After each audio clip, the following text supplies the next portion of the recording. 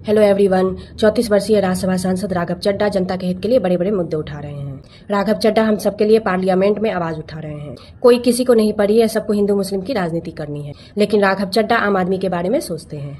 Blinkit के बारे में इन्होंने ही बात की। एयरपोर्ट पर सस्ते खाने इन्हीं की वजह से चालू हुआ। और इतना ही नहीं, इनकमिंग आउटगोइंग कॉल के बारे में यही बात कर रहे हैं। वे संसद में खड़े होकर बीजेपी के सबसे बड़े नेताओं से सवाल पूछ रहे हैं। दिल्ली सेवा बिल पर बात रखते हुए बीजेपी के बड़े नेताओं से न्याय की मांग कर रहे हैं। तो इतने मुद्दों पर पार्लियामेंट में आवाज उठाने के बाद राघव चड्ढा को फिलहाल सस्पेंड कर दिया गया है। सस्पेंड होने पर राघव चड्ढा ने खुद क्या कहा, आइए सुनते हैं। नमस्कार, मैं सस्पेंडेड राज्यसभा सांसद राघव चड्ढा। मुझे क्यों निलंबित किया, मुझे क्यों सस्पेंड किया गया, मेरा क्या अपराध है?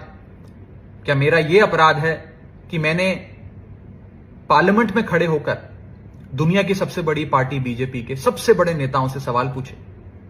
क्या मेरा यह अपराध है कि मैंने दिल्ली सेवा बिल पर अपनी बात रखते हुए बीजेपी के सबसे बड़े नेताओं से न्याय की मांग करी, उन्हें उन्हीं का पुराना मैनिफेस्टो दिखाकर वादे पूरे करने को कहा, बीजेपी को आईना दिखाया और आज की बीजेपी को अडवाणीवादी और वाजपेयीवादी होने की बात कही?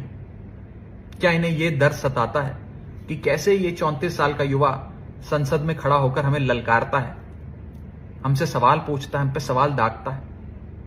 ये लोग बहुत शक्तिशाली लोग हैं। ये लोग किसी भी हद तक जा सकते हैं। इसी हफ्ते मुझे कमिटी ऑफ प्रिविलेजेस के 2 नोटिस आ चुके हैं। शायद ये भी एक अपने आप में रिकॉर्ड होगा। सदन के अंदर विपक्ष को बोलने नहीं दिया जाता, लीडर ऑफ ऑपोजिशन का माइक बंद कर दिया जाता है। इसी मॉनसून सत्र में 3 आम आदमी पार्टी के एमपीज को सस्पेंड किया गया है, संजय सिंह, सुशील कुमार रिंकू और मुझे।